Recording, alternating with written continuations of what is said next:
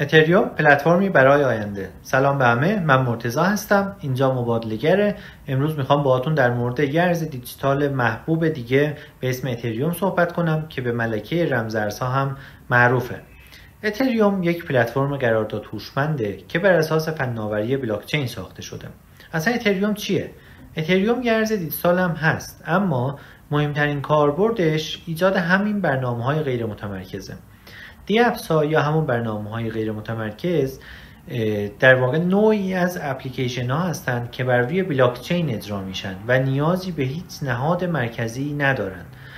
اتریوم چه کاربردهایی داره؟ اتریوم کاربردهای مختلفی میشه گفت که داره، من جمله ایجاد برنامه‌های غیر متمرکز یا دی‌اپس ها، ایجاد توکن های غیر قابل تعویض یا همون NFT ها، انجام تراکنش های مالی مختلف، سرمایه گذاری های مختلف.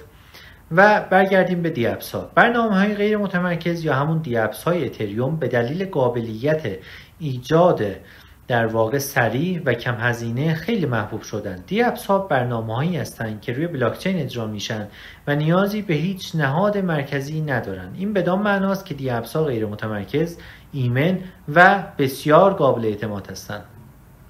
بعضی از نمونه‌های دی‌اپس‌های معروف عبارتند از صرافی‌های غیر متمرکز یا همون دکس ها که سوشی سواب، یونی سواب میتونه نمونه ای از اینها باشه. بازی‌های غیر متمرکز مانند نات کوین که بر روی در واقع بلاکچین تلگرام ساخته شده. پروتکل‌های مالی غیر متمرکز یا همون دیفای، توکن‌های غیر قابل تعویض یا همون NFT ها. پس کاربردهای خیلی زیادی میتونه داشته باشه.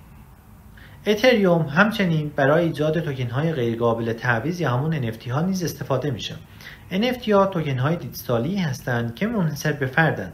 NFT ها میتونن برای نمایندگی دارایی های دیجیتال مانند آثار هنری، موسیقی، بازی استفاده بشن. اتریوم همچنین میتونه برای تراکنش های مالی نیز استفاده بشه. تراکنش های اتریوم سریع، ایمن و کم هزینه است. اتریوم یک ارز دیجیتال نیز گفتیم که هست، پس میتونه به عنوان یک گزینه سرمایه گذاری نیز استفاده بشه. قیمت اتریوم در سالهای اخیر رشد خیلی قابل توجهی داشته. اتریوم یک پلتفرم نوآورانه هم هست، پس پتانسیل رشد خیلی زیادی رو داره و میتونه جهان رو تغییر بده. اتریوم در حال توسعه نسخه‌های جدیدی از خودش هست و قابلیت‌های جدیدی رو به این پلتفرم داره که اضافه میکنه.